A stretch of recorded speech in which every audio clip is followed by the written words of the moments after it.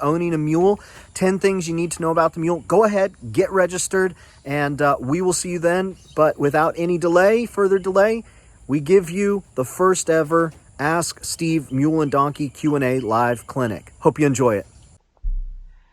Steve, it says that we're live now. It says that we're live on Facebook. How you doing? Hey, Facebook, isn't that something? I never thought I'd hear about such a thing. Maybe Face Mountain, or Book Mountain, but Facebook? All right, let's do this thing. How are you, Dave? I'm doing pretty good. So just because folks know you, folks don't know me. My name's Dave. I've been a good buddy of Steve's. We've been friends for over a decade now. Steve's like a second dad to me. I work with Steve doing video stuff, doing some of this Facebook and Instagram and Twitter and kind of keeping the website. But it's all fun because we've been buds for a while. And I rode my first mule with you out at your ranch in Queen Valley and brought my son out there. And he was 2 years old and he sat up on his first mule out there. So Steve's a very good family friend, and I believe I am with you as well. Absolutely. Good memories. Some good ones. Very good memories. So if folks pop on, folks pop off, we may have some questions come in here. But I was curious. One of the videos that we just uploaded to YouTube was talking about desensitizing versus halter training. And so a lot of times, folks will think, I need to be, desensitizing my mule so he doesn't go, jump here or do that. Or if we go across a bridge, they won't freak out. So I got to desensitize them to a bridge, or I got to desensitize them to snakes. But you said, no, we're not desensitizing, we're halter training. And I think that's kind of a little bit of a head shift for a lot of people, because don't you want them to be desensitized? So can you just talk about that? You bet. Matter of fact, I just finished up an article talking about this desensitizing thing. We've got to remember that this animal has two brains, but they don't have the cranial lobe that tells the right side what the left side is doing, the left side what the right side is doing. They don't have it. And since they don't have it, it's really difficult to train, because you have to train one side at a time. So here's the thing we have to remember, is their brain that retains the training that we as humans, i.e. the herd leader, but also a predator, we as humans teach them, it's only the size of a walnut. So they can't keep that much information in there, because the rest of their information is flight and fright. I see a problem, I perceive it's going to eat me alive, so I'm out of here. You cannot take that away. You can't take it away. The good Lord put it in there for a reason. Now, the other things they do is bite and kick, but that's another story. They'll find some way to get around it. Let's go back to this thing. When it comes down to these animals, they are very much an animal that wants to maintain and take care of themselves. Okay? And when we desensitize, which I don't like the word, because they think, okay, I fixed it. Now he went across this bridge, and we did it 500 times, and now he'll go across every bridge. Whoop! Now the next time they go across the bridge, now it's got a little bit more water going underneath it, a little bit different. That mule says, I'm not going to cross that bridge. Wait a minute. You crossed these other bridges. What's the difference? What's the difference is now we've got more water running through, or maybe the bridge is narrower. Look, folks, these animals cannot retain that a bridge is a bridge, no matter how you look at it, all right? If you want to desensitize, let me get you a bear. How many of you got a bear? Answer, none. How are you going to desensitize them when they see a bear? How are you going to do it? You can't do it, okay? Well, let's do this. Let's go to the World Championships. We practiced day after day, month after month, in preparation of going to the World Championships to pack speed packing. We go there. In the meantime, we've played loud music. We've had banners. We've had animals running around. But what we didn't have is 5,000 people yelling and screaming. We had guys on a microphone making noises. We didn't have it. So take desensitizing out of your vocabulary and put I am the herd leader, and put I am going to tell you which way to go, because I'm going to use my voice, hands, legs, and my seat. I don't care what kind of problem comes down. All right. I can tell you, when I was at Yosemite, we was watching all of our mules and horses go over to the other end of the fence, and here goes a mama bear and 3 babies. They wasn't 10 feet from them. Oh, they're desensitized against bears. Oh, no, no, no. Because a couple days later, now I'm going down the trail. I got 5 pack mules behind me. I'm going down the trail. It's almost 1,000 foot here, and it's kind of straight up over here, and here comes this bear. He comes down and gets on a trail, probably 200 yards ahead of me. Oh, my horse knows bears. It's okay. But all of a sudden, this bear turned around and started coming toward my horse. And my horse is sucking back going, oh, oh, uh-oh, uh-oh. And now, if I didn't know what to do, next thing I know, I'm running back through my string of mules, or I'm running up on the side of a mountain trying to hold on and this sort of thing. Ain't going to happen. What did I do? I used my spurs. That made where I'm at uncomfortable. That means going toward the bear is comfortable, you see. But here's the thing. Most people say with their voice, come on, Fluffy, let's go, let's go, let's go. I want to see you go. You can do it. I know you're trained to do it. You're trained. You know all about it. Don't depend on that. Because when Mr. Flight kicks into Mr. Fright, you can say goodbye to Fluffy because he's going to go down the trail. So there I go. You know, it's frustrating to think people say, I've got a trained mule. Now I just sit back, hold my steering wheel, and I go down the road. Let go of the steering wheel of your car. Where does your car go? Let go of your reins, or don't pay attention to where his nose goes. Next thing you know, he's looking for monsters. He's gone the other way. Forget the desensitizing, folks. Learn how to ride. Come to my clinics. We'll show you how to do it. Huh, Dave? So, yeah, absolutely. So, Marlene Thomas says hi. You want to say hi to Marlene? Hey, Marlene. Hi, how are you? What kind of question can I help you with? We got Marlene Thomas. We have Raquel Rocky Lacey, Judy Luce, Eric Palmer yes. Chimed in. We got 17 folks hanging out with us right now. Oh, well, good deal. Good deal. Yeah, it's Rocky. I haven't seen her in quite a while. We'll have to do a clinic up there sometime. She's up by close to a ranch I used to work at called the YOLO Ranch. She's in a little tiny town, but we'll have to do a clinic there sometime. And then who was it? Luce? Yeah, Judy Luce.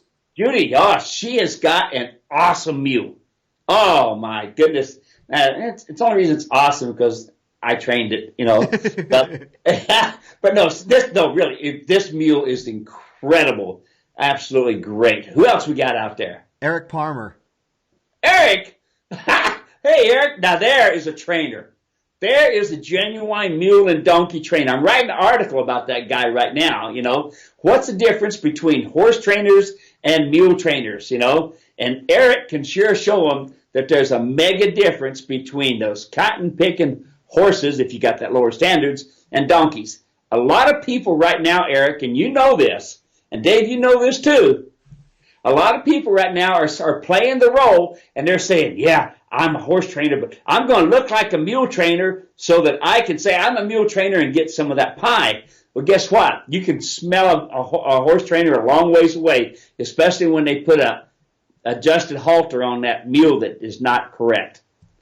I got a good deal. I know that you've said that there are some things that a horse trainer can benefit with training a mule, but there's a lot of things that you hear them say this, you hear them say that, you want to hop up in your, I think in the video, we've got one coming out. I don't know if it's on YouTube yet, but you say, what do you say? You said something, and if you hear them say that, you want to get the heck out of there, load up in your truck and get the heck out of there, because it's nothing but problems. So that's on one of your YouTube videos. We got a lot coming out. But Eric says, thanks for sharing your great knowledge. I know he's a great friend. And then Raquel wrote back. She says, hey, bud, good to see you, and I would love that, doing a clinic up there. And Judy says, thank you, Steve. She is awesome. Thank you for all your training. And Eric says, Steve, you are too kind. I owe you so much. I owe you so much from what you have taught me in the last 20 years. So lots of good love on Facebook today. Yeah. And Eric, I appreciate his humbleness. I really do. The guy rides donkeys. He's even got his own donkey jack. But he won a trail class on a donkey, blew them horses and stuff away. So there's a true mule trainer right there. Eric Palmer, There he is, the true mule trainer. That's awesome. So something else that I wanted to ask, and folks, if anybody's coming in, my name's Dave, and I'm one of Steve's friends. But if you have any questions or whatnot, feel free to leave in the comment section. I know that Steve's pretty active on Facebook and does a good job of answering back on Facebook. But if you want to hear him talk specifically about anything that you're working on or anything that Steve's got a clinic called Why Does My Mule Do That? So if you have any questions about why your mule is doing a particular thing, you can use the comment section there. I'm monitoring that, so Steve can just kind of talk. So I'll check to come in. But you do have some clinics coming up this year. I know we've got one coming up at Queen Valley Mule Ranch in a couple of weeks. But where else are you traveling to this year? What other clinics are you going to? Well, they're not so much clinics as they are expos. They usually give me an hour here and there. And I do have one in Tennessee coming up. And that one is, I'm actually going to be doing 2 one-hour clinics a day. And then on Sunday, I'm doing an actual 4-hour clinic, hands-on and this sort of thing, Sunday afternoon. So it's going to be awesome. I've backed off, Dave, of the 30, 60-day, 90-day training. I'm just sending all those to Eric from now on, and get them rode that way, because having 2 hips that I've had to replace has flat slowed me up, especially this last year with the 4 hips going. You could have fooled me, honestly. Yeah, 4 operations in 1 hip. So it's slowed me down. I've finally been using the word old. I don't want to do that, but I did. So I'm going to do the expos. I'm going to do some clinics. But for the most part, I'm going to be at Bishop for Bishop Mule Days. So yay, everybody be there at Bishop Mule Days. I've got one in Indiana and one in Minnesota, expos, that they'll be flying me out. Those are kind of fun. Well, those are a lot of fun because I get to talk to hundreds of people that way. And that's nice to be able to show them a different way. I need people to see, and David, and you know how I've been pushing this for a long time, Dave, is that there's a major difference between horses and mules and donkeys. And there's a major difference in how you go about to communicate with them. And we got some young trainers that are up and coming that I'm hoping for the best. They'll do all right. But unfortunately, they don't ride enough donkeys, and they ride a few mules. But you got to ride a donkey. You got to understand a donkey if you're going to be a true mule trainer. Yeah. We had Sammy Levert come on. Sammy says, "Hello, Steve. Looking well." Sammy, there's a character. Sammy, how you doing? That's good to hear from you. Are you riding? Susan, while Sammy's typing back in, Susan Alsuski Callahan says, "Hey, Steve." Now there's a gal. She's a tall drink of water, that little girl, and rides a big, black, good-looking mule. My goodness. The 2 of them together, you got to wear sunglasses to look at them. John McConnell says, Denise W. Peters says, where in Tennessee? Isn't it Murfreesboro? Murfreesboro, yes. If you go on my website at muleranch.com, you'll see all the information. I just emailed you, Dave, the calendar of events. Oh, okay. So you should have those. Maybe we can get those on the website or something. But it's going to be there, and I want to see the mule and donkey people just come out and blast the horse people at this thing. I want them to see that there's a lot more mule and donkey people out there than they think. Absolutely. So we got a question from John McConnell. He says, how do you handle a buddy sour mule? Yeah. Difficult, because number one, the good Lord put into those animals, as long as we stay together, we're going to be safe. But when my buddy goes to leave, I'm not safe anymore. So what has to happen, again, I'm writing an article on this right now, and what has to happen is it's imperative that we become the head of the herd. And you have to make their life comfortable, uncomfortable. Let me give you an idea. We're standing on the ground with the come-along hitch on the mule. That is the buddy sour one. I know they both are, but some tend to be a little bit more timid than the others. So we take the timid one, and we got the come along on him, and we're getting him ready.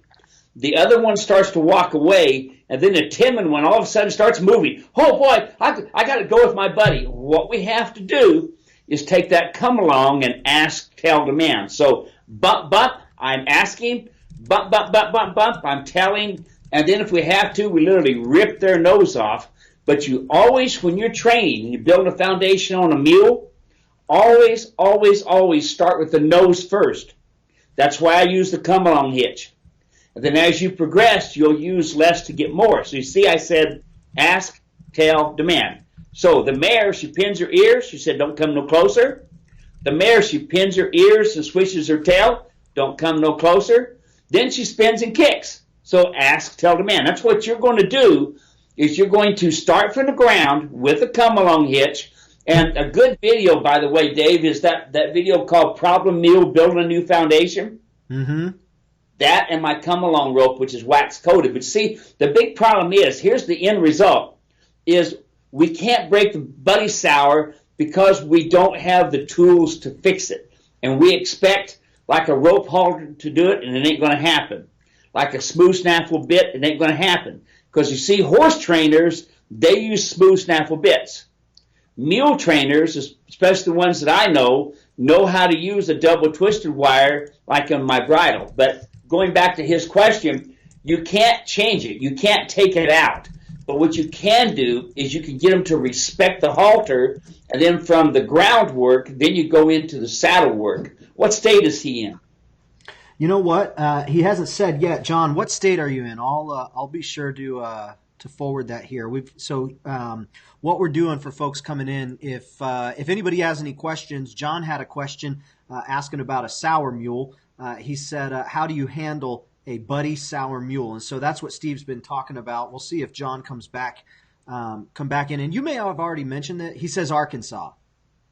Okay. Now the Holy Land. Look over the Arkansas. Yeah.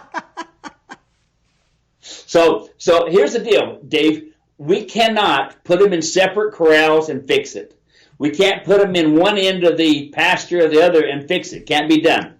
It has to be done starting first with the come-along rope. Again, my video, Problem Mule, and starting using the foundational training there. The big problem with the majority of these ones is they don't have respect for the halter or the bit.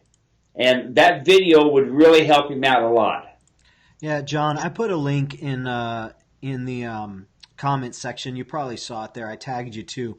But that's the video that Steve's talking about. And he mentioned the come along rope and the come along hitch. Steve, did you saw I was searching YouTube just for ideas on videos we could do. You saw that there was somebody out there who had the come along rope and was doing a little bit of what, foundation work? Is that what that was called?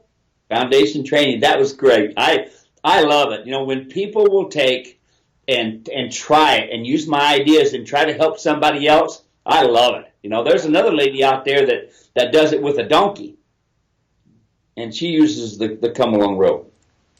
Raquel, thanks so much. Raquel says, listening to what you're saying, my friend. And then she's saying, so true. So that's very good. John, hopefully that's helpful. If you have any follow-up questions, one thing that I know about Steve is he's always willing to chat on the phone, and he's always willing to email exchange. So send him a message if you have any more, steve@muleranch.com.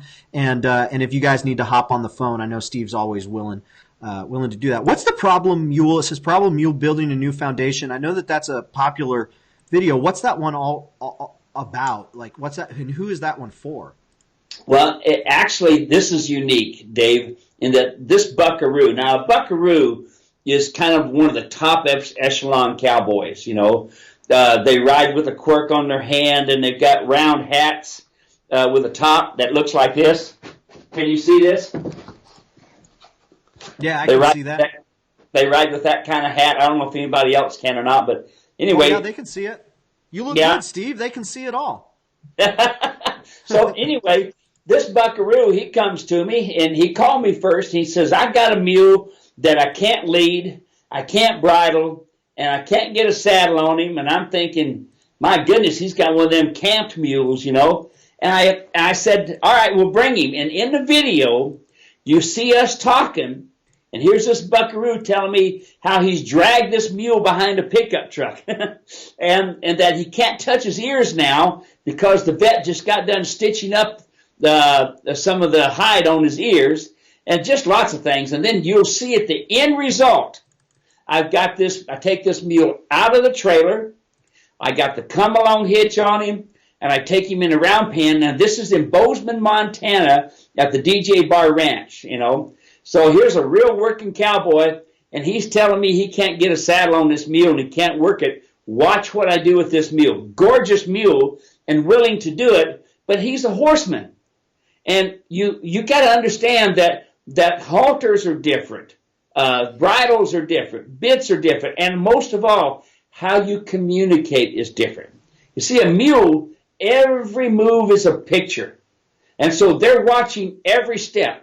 Don't say nothing. When I tell people use their voice, hands, legs in their seat, don't talk. All it does is make you feel good because the mule don't understand a darn word you're saying. But let's go back. This video shows in a short time how I can have this mule going around in circles and this sort of thing really went nice. And the guy actually ended up riding the mule that day. But that come along work that video, Problem Mule, shows you how to do proper foundational groundwork. You'll see it. I'm different than everybody else, especially using that come along rope and adjusting rope halters. That's awesome. So I know that you guys were in Cabo recently. You got any stories from Cabo? Oh man, I tell you, that was incredible. I go down there and speaking some Spanish and this sort of thing. I thought I was doing pretty good. I did better as I went along, as you spent more time, you know. But we went fishing, my wife and I did. Now, we're celebrating 50-year anniversary, right? And this is just one thing that we're going to do. It's blessing from the Lord. It's the only way. But this is just one thing we're going to do. We've also got an invitation to go to a place called Hawaii, and we're going to go there for a couple of weeks. And I got some clients that invited me to go there. Anyway, I'm going to do several things. We go down to Cabo, so we go fishing. And the guide is supposed to speak English, and he speaks nothing but Spanish. Of course, my wife, she don't understand a thing that he's saying, and he's trying to talk to her. So I'm translating to my wife so that she understands. We caught tuna, and we caught mahi, and we caught one other fish. Anyway, the neat thing about it, Dave, right out of the ocean, right onto the skillet. And 2 hours later, I was eating the most phenomenal meal I have ever eaten. It was great. Like fresh caught seafood, is there? Oh, man, it was awesome. Little Mexican girls got in there, and they had a big hot plate going on there, and they grilled everything. We had mahi and tuna 6 different ways it was cooked. Oh, makes my mouth water just thinking of it. And we just pretty much, you couldn't swim in the ocean because they had a lot of riptides at that time. But we just hung out at the hot tub. We went swimming. We walked around. We went into the stores and we bought some dusters, not dusters, some things that you have to dust all the time. But my wife wanted them, and if Mama's happy, I'm happy. You know, we had a ball. You know, we really did. Every time I come out to your ranch, so you're talking about food now. That made me think. Every time I come out to your ranch, you've always got some sort of game, ready to eat. It's whether it's moose or whatever type of sausage or whatever it is that you've gone out and harvested. You've got that. I'm sure you'd be interested in anything that any hunting trips that folks have got coming up. But you did. So if you've got a hunting trip coming up, or if you came back from one, I know Steve would love to. Hear what it is you were able. Is harvest the term? What it is you're able to harvest? Harvest, yeah. We like to say that rather than saying we're killing. You know, yeah. People get a little put off when we say we just killed one, but we just harvested. Yes, you know. Yeah. So, I'm always. So if you talk to me about hunting, fishing, mules, let's go. You know. Yeah. If you got anything, put it in the comment section. But you were in New Mexico. And I know that because you sent me a video of you with Rodney, a lifelong rancher. So if you guys aren't following Steve on YouTube, make sure you are. We just uploaded a video there. Steve was out in New Mexico with a longtime buddy. They went hunting, but he's also a user of your saddles, and so you guys sat down and talked. But talk a little bit about that trip. You could talk a little bit about the saddle or the mules too, but talk a little bit about that trip, what you guys went out there for, what you were able to harvest, and how that was. Very good. Yeah, this was in Mayhill, New Mexico, and Rodney's he's a rancher, longtime rancher, and we've grown to be really good friends, and he's a brother in the Lord as well, which, as you know, Dave, that's the most important thing to me is the Lord. But anyway, I took my nephew with me over there, and he's a sheriff's officer in Phoenix, so he's kind of under the pressure all the time. So I've taken him on his first hunt since he was 14 years old, and so now here he's 43, and we went to New Mexico to hunt a cow elk. And I wouldn't really call it hunting, I'd just call it harvesting, because we arrived there. I had a freezer in my flatbed truck. I had it on the back. We'd already got it cold. We just plugged it in when we got there. My buddy had us a place to stay, and this one, which we did. Next morning, we went in the kitchen, had a cup of coffee, had some breakfast, walked out about 200 yards outside of the kitchen, and standing at the gate. And Rodney says, yeah, over there to the left in the alfalfa field, there's about 25 head of cow elk and a couple bulls, about 450 yards. Or we looked up, he says, now there are 600 yards, or we can get these right here at 300 yards. So I said, I'll take the 300-yard ones, and I put my rifle on top of a post. Mine dropped, and then my nephew, he brings his over, and he shot the next one, and his dropped. So then the fun ends and the work begins. So 15 minutes out of the back door of the ranch, we got a cow elk down. We go up, and we quarter them and prepare them and this sort of thing, bring them down to the gate where we have a tractor and we have a quad there, a Ranger to drive, and then we just put the stuff in the tractor. We took it back over, we cleaned it up, we put it in the freezer, and about 3 hours later, we had about 600 pounds of meat apiece hanging in the freezer. Just hanging out there.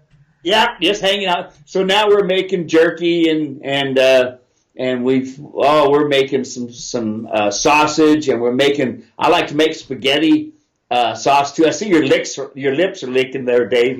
I know that I'm coming out there because you got your clinic on February 3rd. I'm like, I know that I'm coming out there. I'm like, I'm gonna have to leave with a little bit more than just some mule knowledge. I'm gonna have to leave something from my belly. Well, we can a lot, so we can some elk. So I'll make sure them grandkids of yours get fed good. Those are my grandkids too, as far as I'm concerned. So yeah, I want the kids to have good food, and they're going to have good food when I send elk home with you. That's right. Hey, Raquel put in a question. She wants to know what your experience is with a colic in mules. She'd love to get your thoughts on that. What is a colic in mules first? I'm not familiar with that. Yeah, colic is a horrible thing. And what it amounts to is it actually ends up killing the animal if you don't have the knowledge how to help it through, okay? And colic, basically what it amounts to is it can be done lots of things. When I rode a lot of horses, it was because of lightning storms and a lot of atmospheric conditions. It can also be from a bad feed that ends up being a problem as well. And Dave, like I said, it actually kills it actually can kill the animal. Now I've lost a couple, but I've been able to save more than I've lost. So let's go back. Usually what is the colic problem is we have a large and small intestines. And so then that small intestine gets fed by the large intestine. So there's a real narrow area that the food sometimes will get impacted on.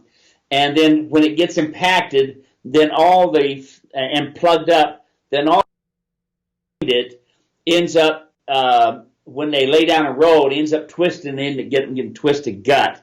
And it's not from the twisted gut, it is from the damming up of the large and small intestines. But here's the big thing: not all colic is true colic. The majority of the time, in the feed that we are feeding, the hay that we're feeding, the rat manure, the snake parts, body parts, and this sort of thing create something called salmonella. And if we truly would find out what was wrong with our mule when it passed away, and we did a blood test or we send in a hair sample, we'd find out the majority of our animals, it's not a true colic like from bad feed or atmospheric conditions. It's actually from, it is bad feed in a way. I'm talking about feed that's gotten spoiled and gotten wet. That's usually the problem. But it's usually from feed that's got salmonella in it. And that's usually the problem. And we get that from hay. That's why I feed nothing but pellet. I feed Lake and Light, and I feed it. I fed it for my mules for 25 years. It's actually cheaper in the long run. There's less road apples on the ground and this sort of thing. So let's go back to the colic. Rocky's a long ways away from any vets or anything. So anybody, I tell them, you make sure that that you've got some different drugs on hand. And Banamine, buy it in the 50 cc bottle. You can get it from your veterinarian. It's about the only place you can buy it, unless you do have an out some other way. But you keep a Banamine around, and keep a syringe at least 10 cc's with a 16 gauge needle. If you can't go jugular in the main vein, then go ahead and go intermuscular. But the Banamine, what it does is when that large intestine and small intestine starts getting tightened up and starts creating the animal's problem, and the muscles are tensioning up, and he's starting to have a problem, that Banamine is like a great big ibuprofen. And all of a sudden, the mule will start relaxing, the way you go. Now, when I've had them hit the ground, and I knew it was kind of my last chances, I've taken you folks ain't going to like the sound of this, but I have taken a water hose and I put it in their rectum, and I've turned that water hose on full blast, and I've saved a few mules that way. But don't let nobody kid you, y'all. Mules colic. They do colic. And mules can also get all kinds of hoof diseases. They are not immune to any of the equine problems that we have. They're not immune to it. So, Rocky, keep Banamine around.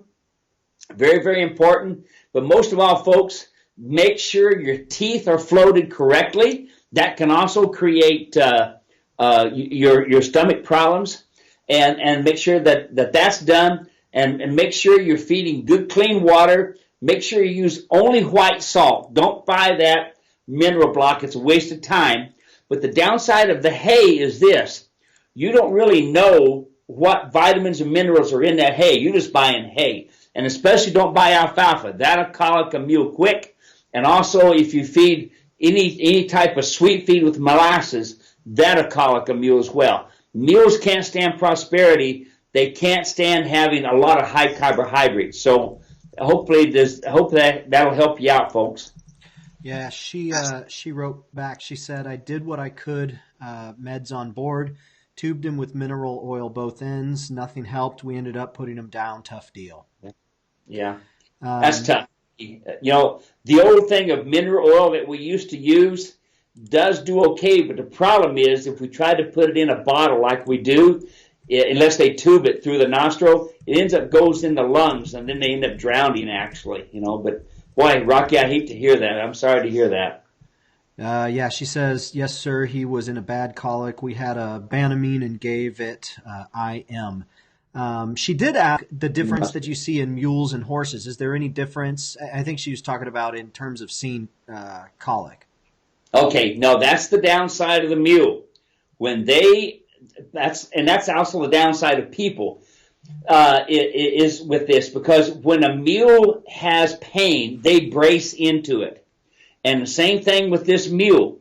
They will brace into it, and you don't know that they're hurting on the inside. What I usually do, as I'm looking at my mules and I'm watching the road apples and stuff, I'll take my finger and I'll lift their gum up, I'll lift their lip up, and I'll hit their gum and see how fast the capillary refill is. And that really helps. But horses usually are a lot more animated. They flop on the ground, they kick their sides, but mules will get over to one side and just brace. It's hard to know. You always want to keep an eye on their respiration, and you want to keep an eye on their blood. Was this after a ride or just woke up one morning? Yeah, we'll see what she says here. She wrote in. She said he was very stoic. It was her most recent comment. She'll be. I'm sure she'll answer here in a second. If anybody else has any questions before we hop off, feel free to pop them in the comment section there, and we'll hear what Rocky has to say. He got up and walked, no gum color at all, very weak in the back end. Mm-hmm. Yeah, Saturday morning. Yeah, so it wasn't after a ride then. It was just he was standing. Yeah, what does she feed? Yeah, I know that feed is a very, very big deal, and I know that that's something that you're always interested in, especially when you're talking about the behavior of a mule, and then specifically in this case, she says this Saturday with the storm that just blew through, so it sounds real recent. That's tough. Yeah. She said, "No, sir," after bite. And then let's see what she says she's feeding here. She's like Johnny on the spot there. She's awesome. Rocky's not only is she a strong Christian woman, but she's pretty sharp, that gal. She says he was on a grass hat. Okay, so he's feeding Bermuda hay. Yeah. So, see, the downside of Bermuda hay, you don't know what kind of vitamins and minerals are in there. A lot of these mules, I have found out later on doing hair analysis, they're actually short on zinc. And that usually, when they're short on zinc, they can colic the easiest. So that's what I like about feeding Lake and Light. It's a complete pellet, has everything that you need. And I have done several studies on it and tests. I've gone in with on one side of my corrals and fed nothing but hay, the other side nothing but pellets, and it ended up being less wheelbarrow loads of manure going out the door. So I saved money in the long run. Plus, they weren't picking up on the ground. But see, when that pellet gets wet, it swells up and it makes them feel like they're not hungry anymore. What's your thought on zinc? Why does that matter? It seems to have a lot to do with their intestines and their stomach and this sort of thing, so that they have good digestive enzymes. The majority of mules that I have seen colic and that I've done hair analysis on seem to be zinc short. So I'm not real good on knowing much about the feeding and this sort of thing. I just know what I've found over the years. Hair analysis, you all, makes a big difference. You really, once a year, you should really get a hair analysis and get an idea of kind of where the animals are, especially if they're low on one of their A's or B's or something like that. But zinc basically helps them with the enzyme breakdown. Very cool. Well, before we've been going here for 37 minutes. It just flown by. When you're talking this stuff, and especially talking with friends, it goes by quickly. Is there anything top of mind before we say goodbye? Is there anything you've been thinking about, or anything? Maybe had a phone call. I know you're always getting phone calls from folks. Anything top of mind that you want to share before we say bye-bye for now? No, I just really appreciate everybody over the years, especially the prayers when I was going through the problems I had with my hips, And our God still answers prayers in all kinds of ways. It's a wonderful thing. But, folks, our country needs your prayers. So if you do anything at all, that your focus needs to be, as you sure enough need to be focusing on praying for our country, because the Bible says that blessed are those who come before the Lord. Blessed is the nation who is blessed before the Lord. And so, you need to make sure you pray for our country. Hey, we love you guys. We'll see you in the barn someday. Absolutely. Hey, thanks everyone for hanging out. If you're not following Steve here on Facebook, make sure you do. He's on YouTube. We're doing stuff on Instagram now. It's been pretty cool finding folks on Instagram. That's rapidly growing. So we're sharing a lot of different pictures and photos and this sort of thing over on Instagram. So if you're on there, we'd love to connect with you there. I know Steve loves seeing the different photos and making comments and hearing what you all got going on. So thanks so much, Steve. I love hanging out with you as always, and take care, my brother. Hey, blessings to you. Blessed is the nation whose God is the Lord. There we go. Great way to end it. Have a good day, everyone. Peace.